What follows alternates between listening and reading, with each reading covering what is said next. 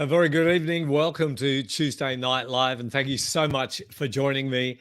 Those of you watching live, of course, and those of you who are catching up on this during the week, a special welcome to you as well. If this is your first time engaging with Tuesday Night Live, welcome. Very simple to interact, whatever you put in the chat feed, either on YouTube or one of the Facebook platforms that we're broadcasting to. That will come through to me here in the StreamYard studio, so I'll be able to see your comments. If you have something that you'd like to add to the conversation, if you have other questions, whatever you pop in there will come through to me, and we'll be able to interact with that as we go along. Now, quick recap about the last week. We looked at some really interesting stuff. What's the deal with people being transported by the Spirit? Number of occasions in Scripture where people were kind of moved in location from one location to another supernaturally, or was that always in vision form? So we looked at that. And also another very interesting question. Of all the times that Jesus could have been born, why was he born at that particular point in time? So we looked at that last week. That will be the teaching on the Digging Deeper podcast that will be released tomorrow. Before I introduce my guest, and I should say I do have a special guest tonight. So this is a slightly different Tuesday Night Live. A man who interacts with Tuesday Night Live regularly, and I know that my regulars really appreciate his interaction. But let me just see what comments have come through thus far. And Mark says, finished rehearsal and ready to go. Good on you, Mark. Good evening to Grant.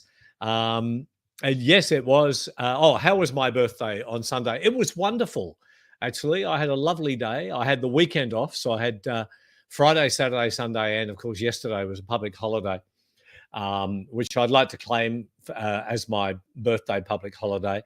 And just had a great time. Very relaxing. Went out for breakfast on Sunday morning with the family. And then, of course, on Sunday night, Christy flew to Ireland. If you haven't caught the news, she's gone over there to pack up her mum and dad's home because they've been told not to travel. And so they're going to continue to live with us here in Australia, which is, I believe, a wonderful outcome. And they're happy with that too. So that's worked out well. So I took Christy to the airport on Sunday night, and she's now arrived in Northern Ireland, ready for that massive task of packing up the household. So thanks for asking the question, Grant, and really enjoyed it. Love the weather. I love this time of year anyway. I think autumn is probably one of the most stunning times of year. So really enjoyed it. Merv is back.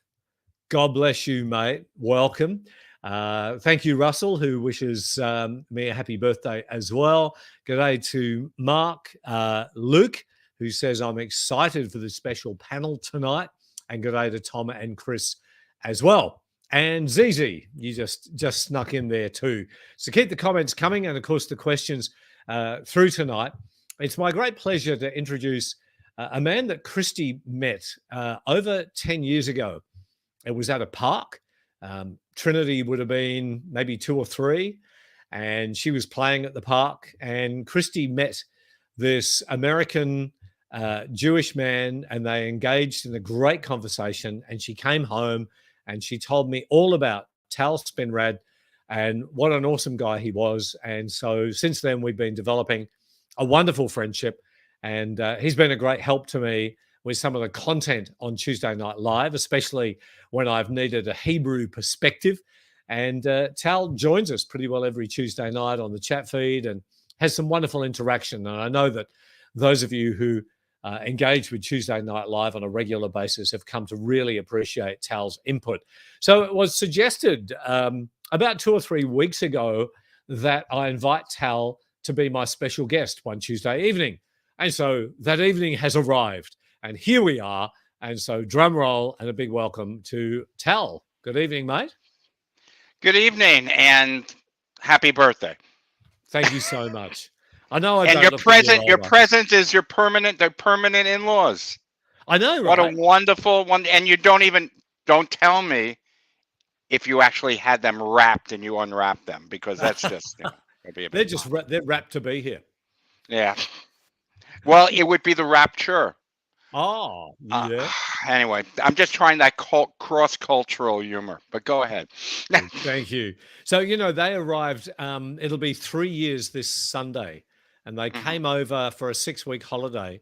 And then, of course, on the 19th of March is when they arrived, and the 20th of March, 2020, the borders closed for 2 years, and now they're just not well enough to travel. So Hmm. the doctors have advised that they stay here with us, and they're happy with that, and It's we're happy with that. So it's very good. I'm, I'm happy with that. I'm glad you're happy with that. There you go. Awesome, Tal. Well, look, you, I've given you kind of an introduction. Give us a little bit of background about you personally. We recognize that you have an American accent. What part of the Thank you. states are you from? I'm from Jersey, the New Jersey, not the island Jersey in the Channel, New Jersey. Okay. So we our boasting rights are that New York and Philadelphia are our suburbs and I stuff. bet that goes down really well. Well, we do try. Yeah, yeah, good on you. And your background is you're Jewish by background and also by faith. I'm by faith, by blood, by background, by any barometer that you wish to have. Wonderful. And oh, sorry. The other thing that we should mention too is, and we've talked about this, so I have your permission, Oh, but sure. you are on the autistic spectrum as well. Yes, I'm a latecomer. Just some context. When I was, I know it's hard to believe, but I was up until the age of 7, 8 years old, nonverbal. And when I tell people like yourself or any friends that I have that I was nonverbal for my first 7, 8 years, they all of a sudden get this faraway look in their eyes, and they go, "Oh, those were the days," right? So when they can get a word in edgewise and stuff Yeah. like that. But I was, I was and am on the autism spectrum, and really, it wasn't. The penny didn't really drop until we started having children, because they one by one started to get diagnosed as being autistic, and there is a DNA element, a genetic element to this. So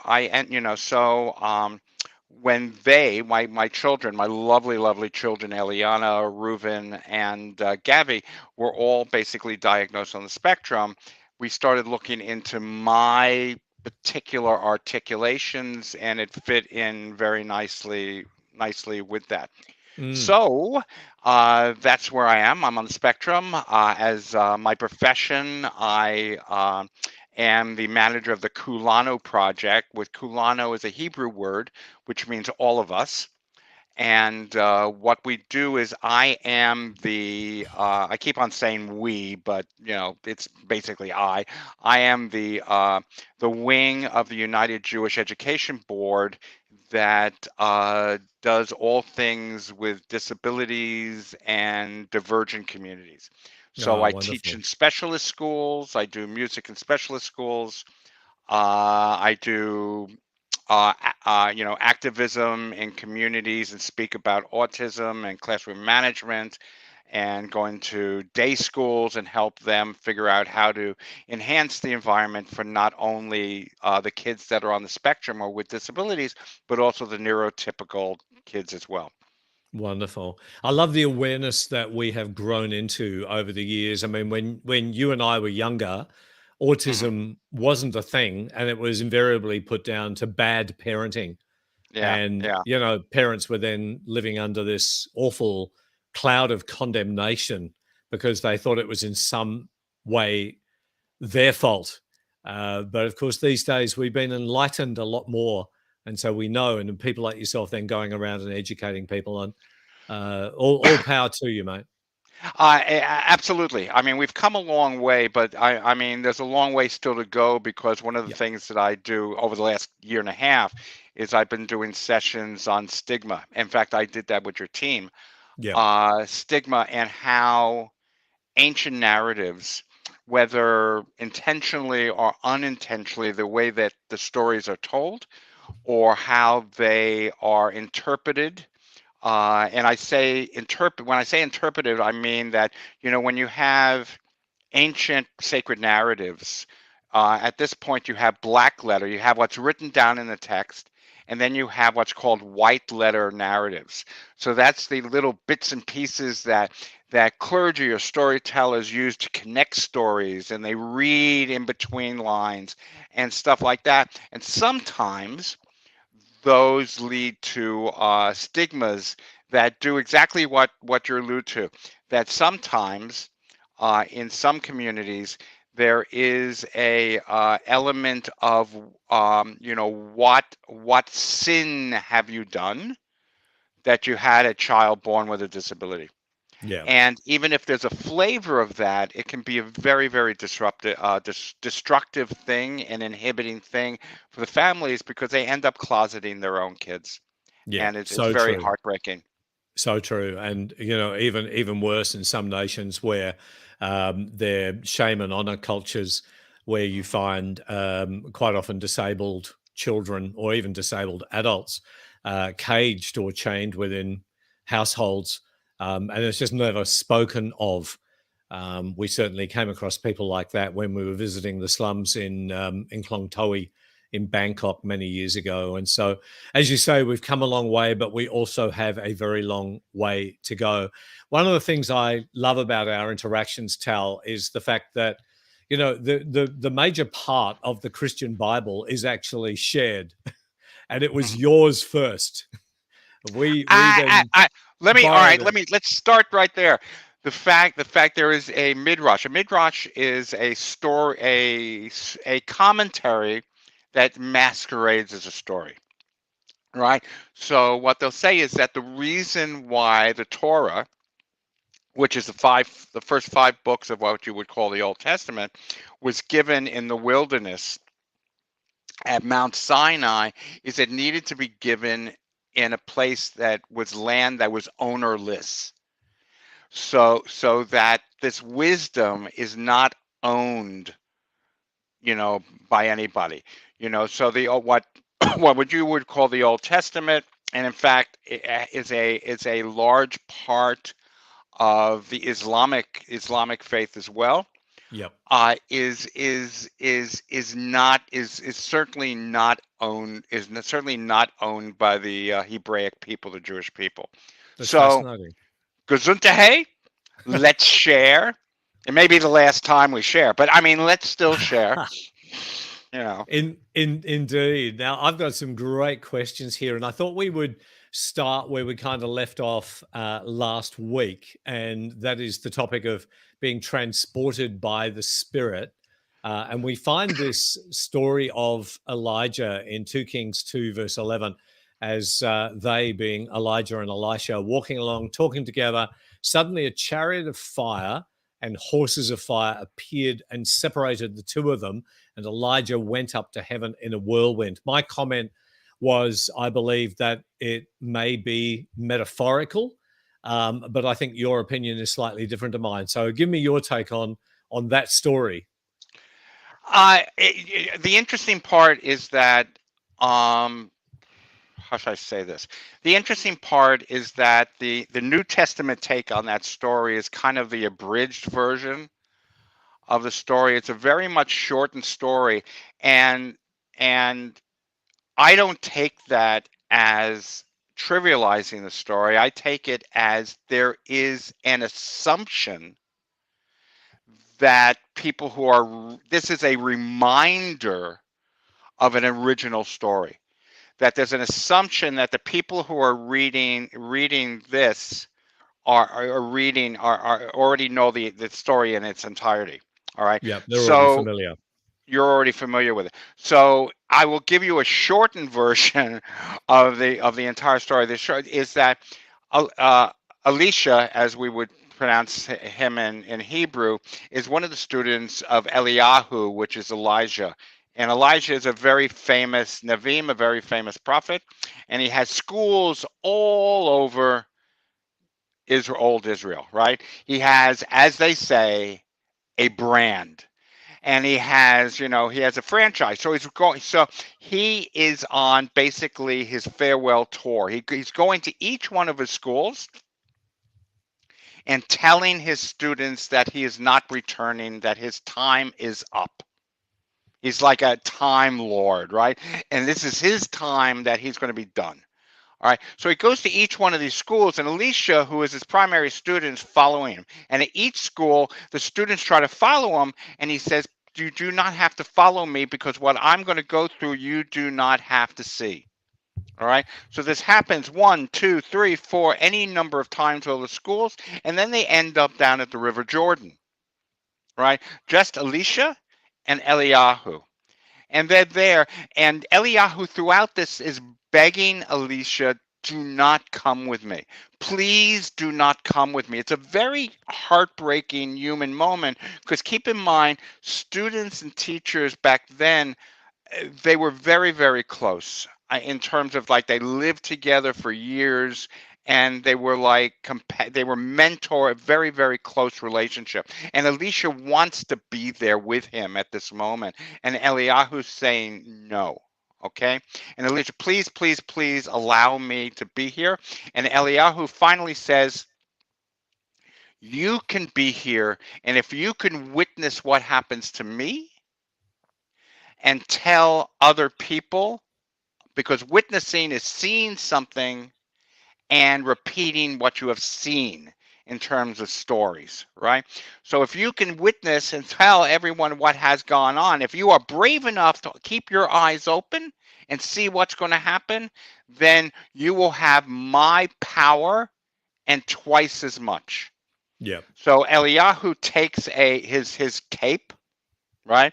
It's just like Batman. He takes his cape, and he puts his cape, touches the water of the River Jordan, and the River Jordan backs up and allows them to walk through on dry land.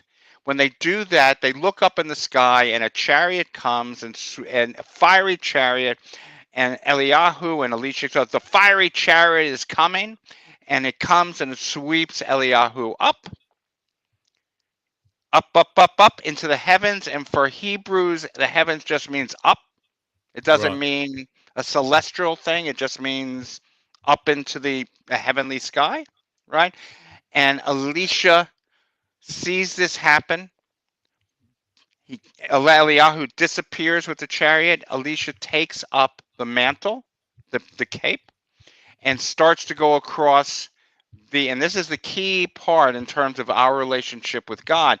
Elisha takes the mantle and puts the mantle onto the River Jordan, and nothing happens. And Elisha looks up to the heavens and, half heartbreakingly and half angrily, says, where now is the God of Eliyahu? And he does it again, and the river opens, and he goes across, and he takes over being the teacher. Mm. It's a very complicated story.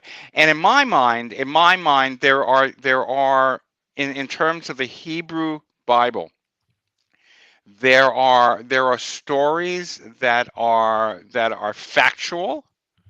There are stories that are whimsical, and there are stories that are mythical, that are in between the two. The mythical stories are stories that perhaps are beyond the comprehension of human beings, not only of their speech in terms of relating it, but we can't take it in, or we take it in a different way. And this is why it's key for me, being as someone on the spectrum, because I and anyone on the spectrum, autism spectrum, we process everything in the world differently than neurotypical people do. So lights have noise. Reality is fluid. I have to check every so often to make sure my front door is in the same place, legitimately. Wow. So reality is fluid. So we process things differently. And this was something that Elisha wanted to witness, and the only way he could witness it is use the language in which he did. All right. Even though he was in the middle of something that was very, very traumatic. Maybe later on, after years, and how Jewish is this? Years and years of therapy, he would have been able to distill the factual elements of what happened from the mythical, metaphoric, transcendental elements. But keep in mind that by saying something is literal, I think that that limits and trivializes the story because it Yeah. takes so much of the elements away from it. Yeah, I agree. I think I'm a sometimes little we're addicted. long-winded. I understand that, but go No, ahead. no, it's good. I think sometimes we, and I speak on behalf of many Christians that I know, we tend to be sometimes a little bit addicted to whether something is factually true. And just in case, if something isn't factually true, doesn't mean that it isn't true. It means that there might be a deeper truth there. And it's asking, what is the meaning? It's like Jesus' parables. We don't think that any of his parables are factually true, but there is amazing truth in there that means a whole lot. And then, of course, the next stage is truth as life. And that is that how do I live this truth to make my life more impacting on those who are around. And so I think that's probably where you're coming from. I think, and even using the word mythical, it doesn't mean that it's not true. It It's just not in the same it's a myth. different. It's not the same mythical as in Greco-Roman. It's a No, different that's type right. of Yes, mythical. yeah, yeah. It's truth as meaning. I will introduce a Hebraic concept here, Please. and this is in terms of text study. There are two types of text study, or ancient. Listen, when I was growing up, I was very, very. I'm splicing it in, Rob. I was very, very lucky that that I was raised in a family that around the dinner table every night we spoke of Torah stories, Bible stories, in the same breath, and seamlessly spliced it together with family stories. So we would be talking about Moses in the Sea of Reeds, and without skipping a beat, Uncle Murray down in Miami Beach. So in my mind, how I was raised, Bible stories were family stories, and family stories were sacred stories. Now that leads right into when you are hearing the narrative, when you're hearing the stories, there are two ways of doing a text study, of looking at it. There's one in Hebrew, it's called al in Hebrew, that basically means we're going to look at this story as it was, 2,000 years ago, 3,000 years ago, and we're going to how it's wonderful, it's interesting, it's all that fantastic stuff. It's ancient history, but it's fantastic and it has things to teach us. Mm. On the other hand, et, you can even hear it from because we're a very visceral language. Al, et, right? Et is you're going to look at the story and instantly translate it and how it affects my life today. And it does not have to match up with how it affected people 2,000 years ago. It is fluid. It is something that evolves. We believe that the actual sacred text is not the words on the page, and it's not us. It's the relationship between us and the words on the page. Therefore, it constantly every day is different, because even if the words are the same on the page, we have changed. So our relationship with those words have changed. So if you see someone who comes up with something new in terms of their interpretation of words from 2,500 years ago, that in our mind, that should be honored even if it contradicts the original thought of the original teaching. Yeah, wonderful. And I love that because it keep the word then it's fresh and it's alive, and Mhm. even though it's ancient text, it's completely relevant in the here and now. Absolutely. It's treating the narrative as a verb, that's constantly evolving and constantly fluid, Mm, as opposed it's a process. It's all mm. a process. I mean, we're never, it's trying to live a life that you're trying to find salvation and redemption is like trying to find the end of the rainbow. You're not going to find it.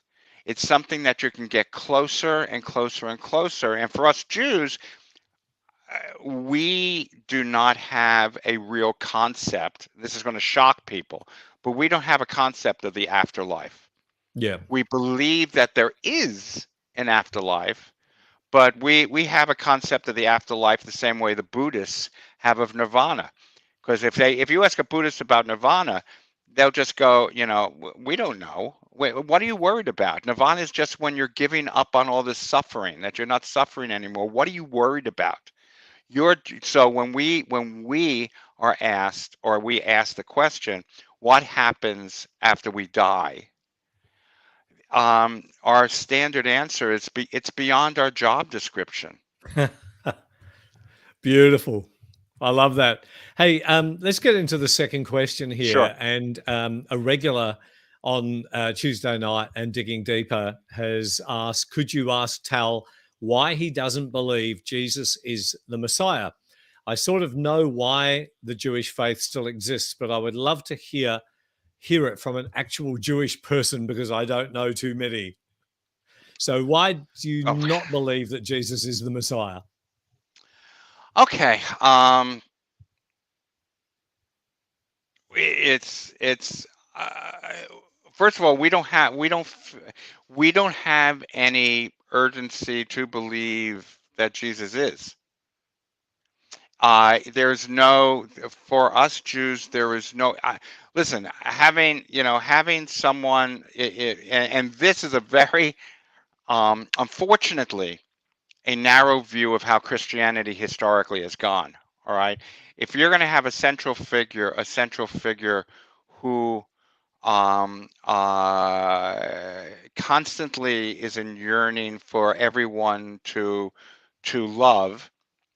And when we mean love, we mean having a common destiny. So what's good for one is good for all, and we should be empathetic towards each other, and treat others as we would be treated, which is Old Testament. But all that type of stuff, we don't have the urgency because we're happy where we're at, and we don't feel. Maybe it comes from being under 1% of the world population.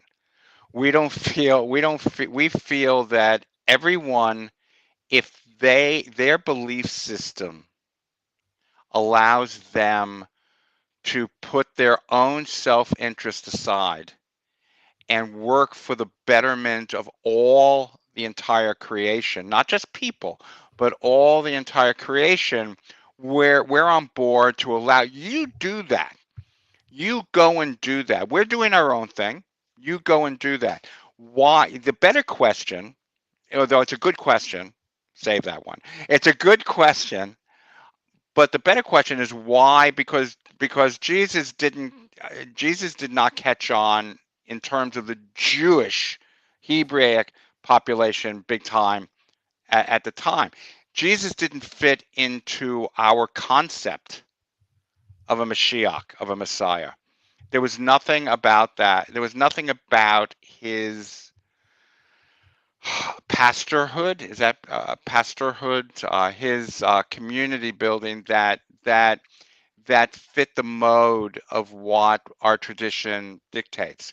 I Okay. mean, our idea, the Jewish idea of Mashiach, and again, we'll fall back on the cliche that if you ask two Jews something, you'll get four or five opinions, right? But for the most part, the Mashiach, which is the Jewish Messiah, is a regular human being, no divinity at all, that is a regular person, doesn't even really, technically speaking, have to be a man, and that the Mashiach comes into a situation where the rest of us have already created a world that's on the as the Moody Blues said, on the threshold of a dream. That we're on the threshold that what we really need for world peace is is a charismatic leader, an egoless charismatic leader without orange hair, charismatic leader who will bring it all together. All right. Okay. So the Yep. Mashiach for us, a messianic is an era that we bring. Right. We have self determination, and we feel that we are empowered by our relationship, and it can be anyone else's relationship too. Our relationship with the source of all being, that it's our job, part of our contractual job, to bring about this time. So Okay. why don't it doesn't it and mind you, as someone from the outside who has studied, New Testament stuff and the writing and historical stuff behind it, most of the writings, and you please feel free, Rob, to disagree with me or correct me, Mm. but my perception is that the writings itself are a couple of generations, a generation or two after Jesus actually walking on the earth, Yeah. the actual Yep. writing down, Yep. and they are aimed at a different target group Yeah. Many than the of the Jews. letters are written to Gentiles rather than Jews, but Yeah, so there are some. they're going to use a lot of motifs that ring Yep. true Yep. to the Gentiles, and to the Greek speaking world and stuff like that, which is absolutely nothing wrong with that, because that's who they're trying to persuade. Yeah. So that's a wonderful thing, but it's the there is nothing, there is very little pragmatically. Let's put it this way: there's not enough in the belief in Jesus that's appealing to us Jews to persuade us to turn our back on our tradition. Right. Fascinating. Okay. I mean, great question, great answer. And I loved your definition of love being a shared destiny or a common destiny, and we're all working together for the common good. I love that. I want to explore that a little bit more in my own thinking. Tal, let's have a look at some of the comments here, because there's a whole stack of them here. Where are we? I'll just scroll back a little bit. Um, Here we go. Samantha says hello from Hobart. G'day, Rihanna. White letter narratives, brilliant description, says Luke. And I love that too. And I've heard you talk about this before, but that which is sacred is the interaction between us and what's written on a page. But it's Mm-hmm. what is actually sacred is not the writing on the page. It's the interaction between us and that truth. Yeah. Mm-hmm. Yeah. Mm-hmm. Beautiful. It's just because it's alive in that way. I mean, it's alive. Yeah. I mean, if you guys want really dense reading, which has pockets of real fluidity, but there's a wonderful Jewish philosopher, Martin Buber, and he wrote a book called I Thou, which he Yep. describes two type of relationship. One is I it, where things exist. That door is over there. I've checked it again; it's still there. That door is over there. I'm here. You're there. And this is I that, I that. However, there's the I thou, when none of that really exists, and we just reside in the relationship. So, Rob, I've had these experiences with you where I've been speaking with you, whether it's in person or it's virtual like this, Mm. and we get into a deep conversation, and time ceases to exist, right? And I understand that when people talk to me, sometimes time stands still, but I mean, nevertheless, time ceases to exist, and I don't even really acknowledge that you exist or even I exist. It's just we're residing together in this communal relationship of dialogue, of an exchange of ideas, an exchange of ideas trivialized. It's more than just ideas because we really believe in what we're saying and we can be honest about it. So we do that and we're there. And the minute you think, oh, this is fantastic, you're already out of it Yeah, because so you're true. objectifying it. Yeah. Yeah. Fascinating times though, aren't they? And when you kind of come out of that experience, it's amazing how quickly the time has gone. It's like, oh my goodness. Mm-hmm. As I have people feed that back to me after a Sunday service at church, and they look at their clock and they go, "Oh my goodness, that was 90 minutes," and it felt like 5 minutes You know what? because, Be my guest. Be my guest. Go, Christy's across the ocean, right? If yep. you're late to picking her up, you may use. I was in an I thou conversation, and I completely lost track of time. It's so and just feel free. Beautiful. Paul says, my cousin is in Brigantine, New Jersey, Aha. Okay. all typical 3-story houses. So are you from near there? Not really. Okay. Where I'm from basically is Asbury Park. Okay.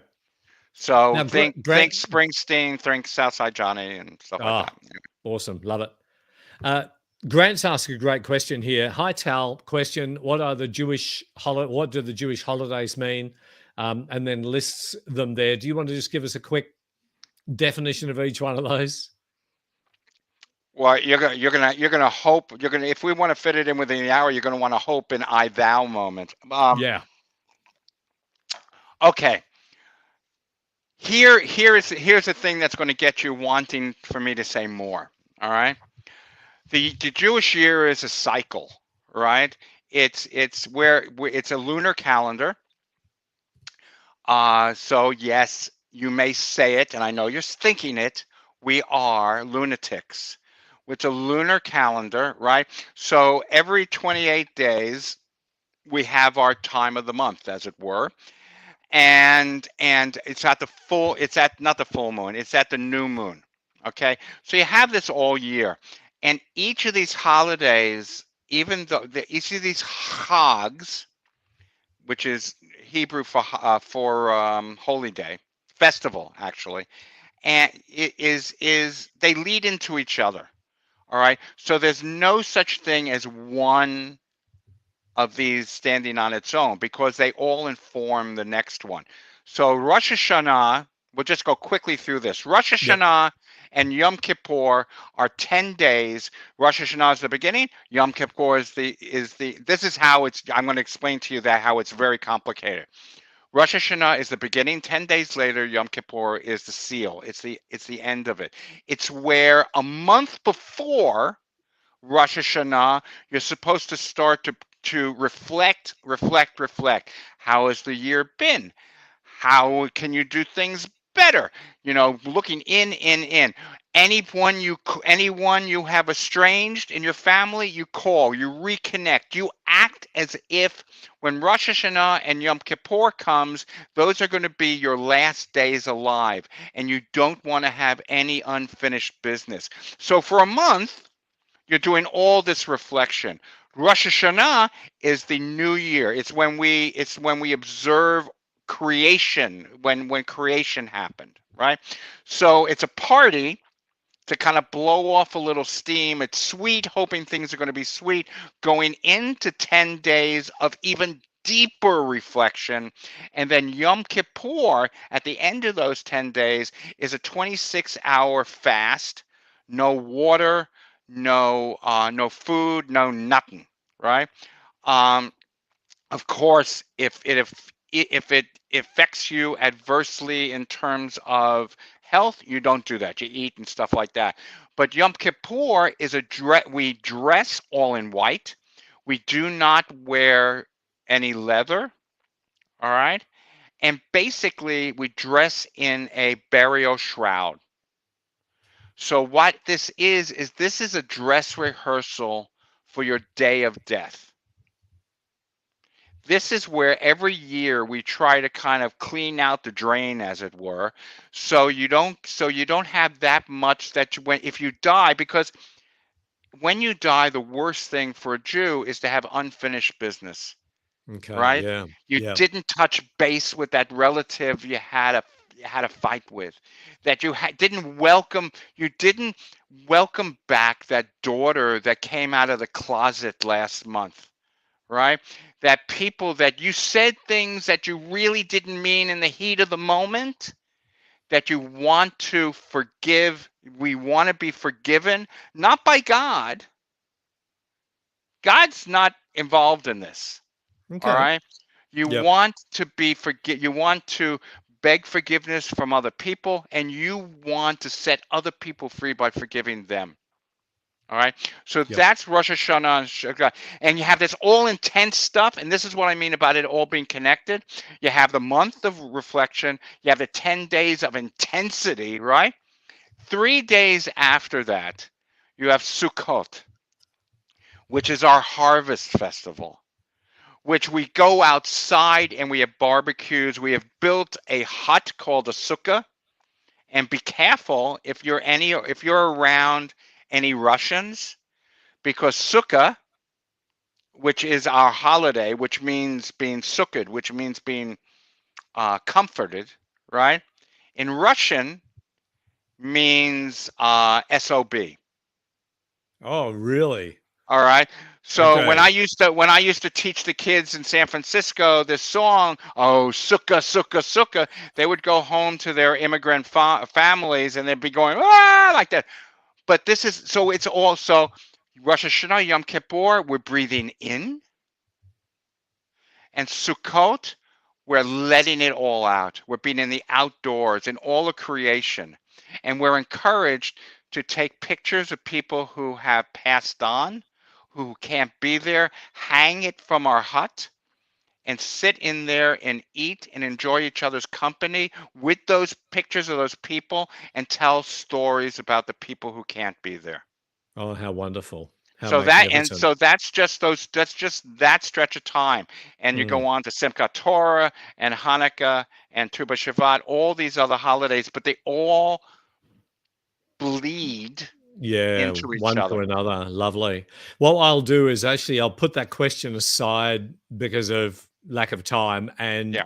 when you come on again, we'll tee up another time next term, and let's make that one of our questions then, Tal. We'll do the Um, cycle of the year. Well, you know. yeah, yeah, sounds good. All right, next question. Who is the angel of the Lord in the burning bush? Moses heard God's voice. Does this mean Jesus was an angel in the Old Testament? So, who's the angel of the Lord in the burning bush?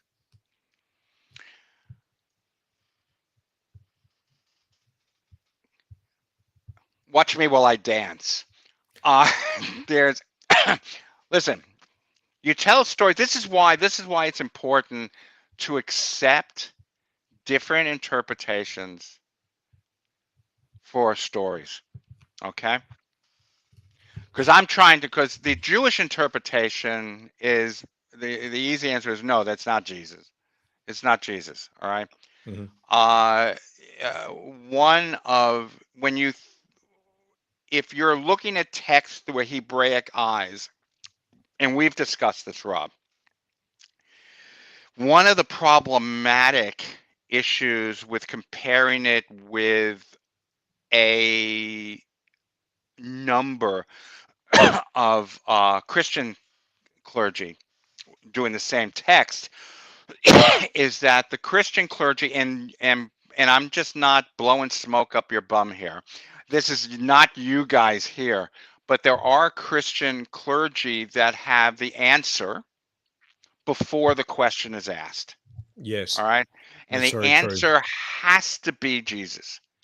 If it does not, if the answer is not Jesus, then the question is flawed.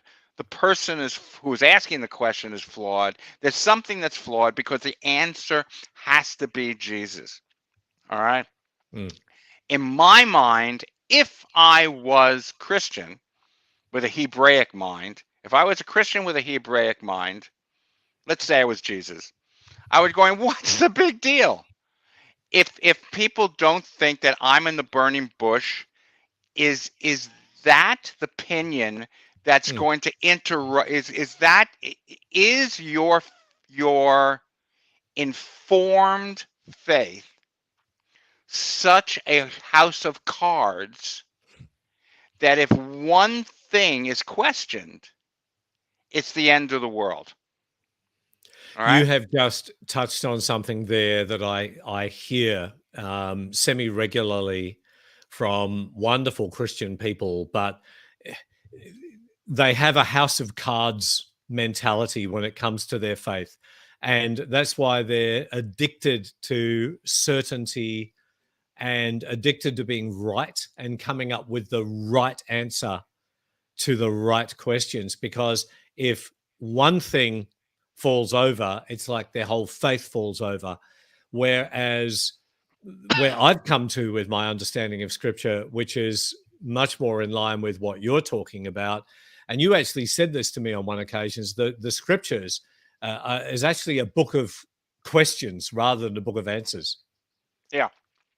and So that the easy the yeah. stories actually change, and we find this in the Tanakh, particularly the stories will change depending on when they're being told and who they're being told to. So you'll find two stories that appear to be completely contradictory to Mhm. one another, but it's because they have a different audience, a different time, and a different purpose, and it's And and fine. and I would add it also depends on who's telling the story. Yeah, So I would encourage, all right, folks, I know I can't see in there, but folks, let's pretend Rob's not here for a second. All right?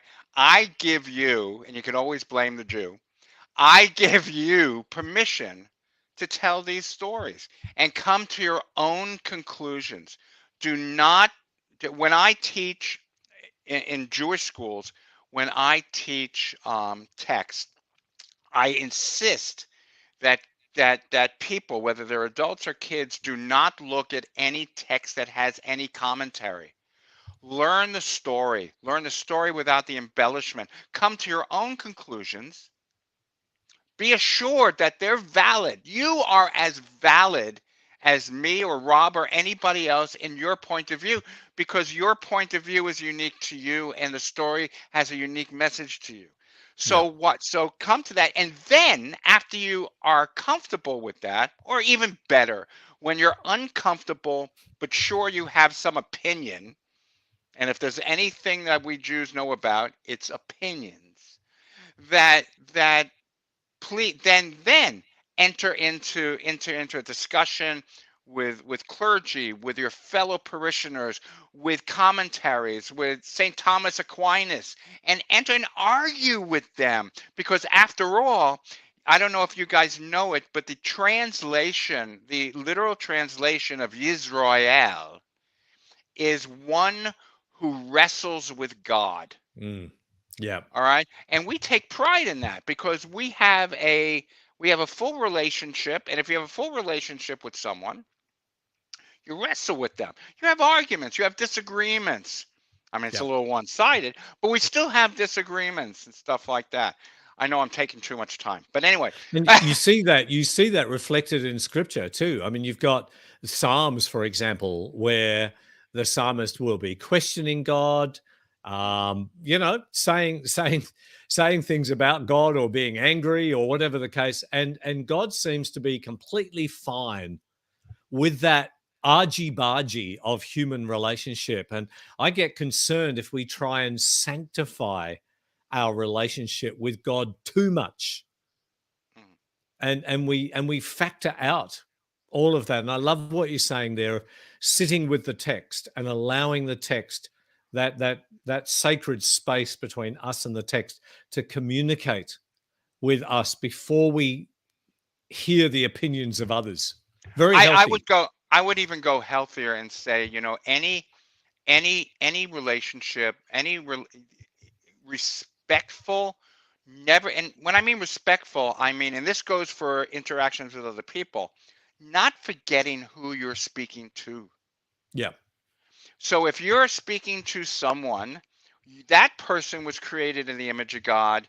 So you treat that person as in the image of God, and you act as someone. So if you have a respectful interchange, even if it's a conflicting interchange, it adds to the sanctity. It does not distract. An argument, conflict, tension does not distract from sacred interaction. It enhances it. And there's a Jewish saying, all for the sake of heaven.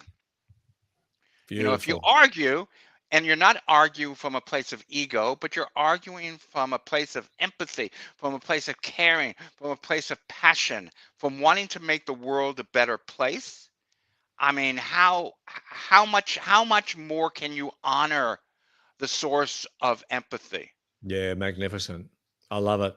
So very quickly, who Sure. is the angel in the burning Ah, bush? we believe that we believe that that for the most part it's God. There may have been an opening act. But I mean, there's God. The thing that's fascinating about that is understand. I'm going to give you a plop here. Moses, you understand Moses could not speak. Moses had an incredibly awful speech impediment. Yep. He could not be understood. All right.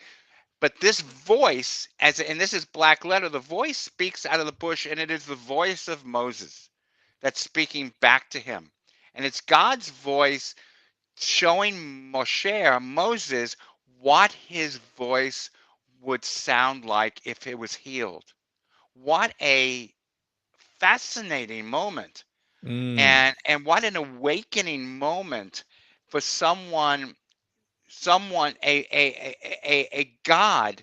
What an incredible moment that God is in actuality saying, no one, even if people cannot understand you, I understand you, because I wow. can say back to you in your own voice, I understand you. I am inside your head, and we will get through this together. Magnificent. I love that. That's beautiful. Hey, we got so we got more questions than time here, Tal. But I'll let's try and we'll finish with this and then check a few questions and comments. But who decided which books to include in the Hebrew scriptures? Those are rabbis. No, there was a group of rabbis that I feel like I'm entering into a limerick. There was this group of rabbis. There Yeah. were a group of rabbis finally in 135 CE, up until that point there was an ever expanding written oral tradition. A group of rabbis met and said, we're going to have to limit this, and they gathered together what they felt was relevant. The big missing part is that they refused to put the book of Maccabees Mm-hmm. in, which is the Hanukkah story. And the Mm, reason why they did that is because it really showed the people how they can, like a military revolution, mm, could overthrow the Romans. And this has come on the heels of the Romans just completely, I mean, mm. performing basically genocide Yeah. on us in 70 and 135 CE. Yeah. Yeah. So So they the rabbis left. arbitrarily, not arbitrarily, there are reasons, but you gotta. I'm not even sure you gotta put a limit on it, but that's what they did. It would be very hard carrying around a scroll that was just limitless. Yeah, true. Although I have a tablet right here that I could do that on. You could. I have a Yes. Kindle that does the same, but of course, 2000 years ago, that wasn't a possibility. Um, some of those books that you mentioned, you call it Maccabees. I think I've always called it Maccabees, but I probably got it wrong. They are No, no, no, no, included. no, no, no, no, no, no. You have a different pronunciation. It's fine. Okay, they Wait they a minute. are. You're forgiven. Thank Anyway, you so much. I appreciate anytime. it. Um, So those books would be in the Apocrypha, in say like the Roman Catholic Bible, for example. All those They books might are be. included. I Yeah, think actually they are. They're yeah. interesting. You do a whole nother thing on Hanukkah, because Hanukkah is a civil war. It's not the Jews versus the Greeks. It's Jews versus Jews. It's a war against from traditionalists against assimilation, and it's very relevant It's very relevant to today's world, from global politics to if you how you manage to survive high school. Wow. Okay. Uh, quite a breadth of truth.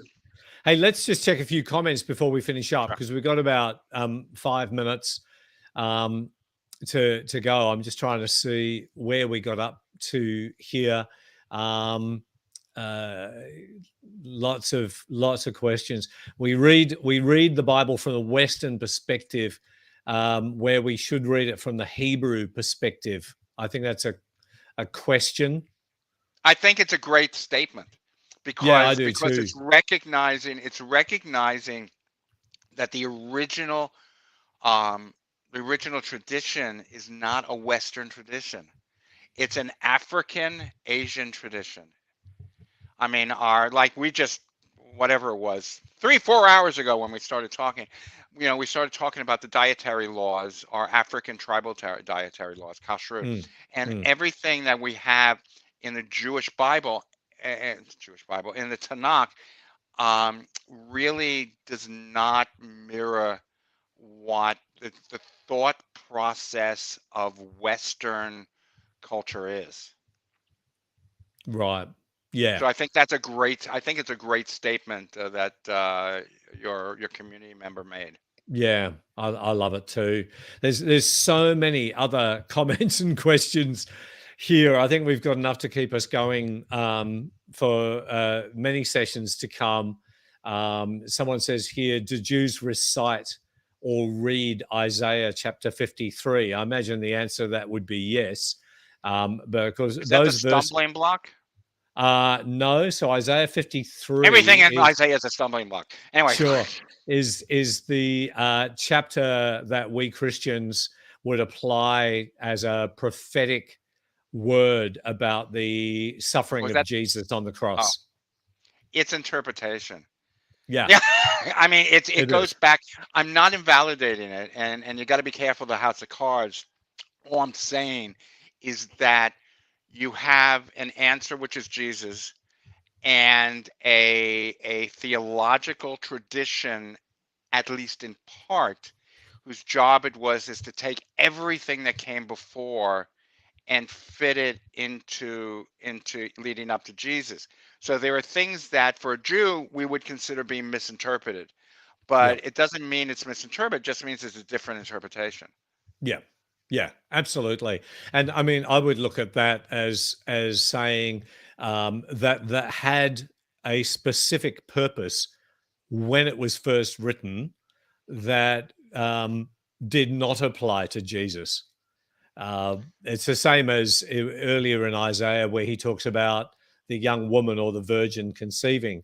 And I've studied the backstory of that, and it's actually an historical It's it's a young story. woman. Yeah, Yeah, yeah. exactly. But then we Christians will take that and say, now that applies to the Messiah, who is Jesus, born of a virgin, etc. Mhm. It's Yeah. yeah, and I'm not saying it in a derogatory way. I'm No. just saying when you look at stories, realize that the people who are telling stories may or may not have an agenda. And the way that you can really tell that is if you question the story or their interpretation, the way that they react. If they invalidate your conflicting interpretation, I would stay away from them. As we have a saying, follow those who seek the truth, run from those who have it. Oh yeah. So Oh yeah, and I think every faith sadly has its mhm, fundamentalists absolutely. that tend to be very harsh and judgmental and condemning, and they're right and everybody else is wrong, and people like that lack the grace that I see reflected in people like Jesus, and I also see that reflected in people like you, mate. And so, That's very generous of you. thank you so much for your time, Tal. It's been wonderful. This has been one of those moments where the time has gone so quickly because we've been in such a great conversation. Mhm. As I say, lots of questions and material that we can pick up again in a few weeks. if you will join me again. I absolutely, and the good, the bad, and the ugly is where I can be found. And God willing, I'll be here, and I would love to. I mean, I just want to say that you guys, you, Christy, Sandra, and your entire team, you have rained down on your community such a fertile environment for a real healthy growth Mm. and suckering. And I meant in Hebrew, not Russian. Yeah, thank you. Suckering, yeah, anytime. Suckering type of environment that it's an honor and a pleasure every time I interact with you guys. Beautiful, Tal. We'll chat soon. God bless, mate. Okay, thank you. Thank you so much. And thanks so much for joining us tonight. I hope you've enjoyed that conversation with Tal. He's a wonderful man and brings a great perspective. This weekend, by the way, just before we finish up, this weekend at Bayside Church, I'm going to be continuing the series that I started a couple of weeks ago called Cross Examined. We're looking at why Jesus died. And so this weekend, I'm speaking a message called Why Did Jesus Die? A couple of weeks ago, we looked at probably why he did not die. And so let's start to look at some of the reasons for the cross, for the death, and of course, the subsequent resurrection of Jesus. So hope you can join me either in person this Sunday morning at 10 or Bayside Church online this weekend. Hope to see you then. Have a wonderful week, and we'll see you soon. Good night and God bless you.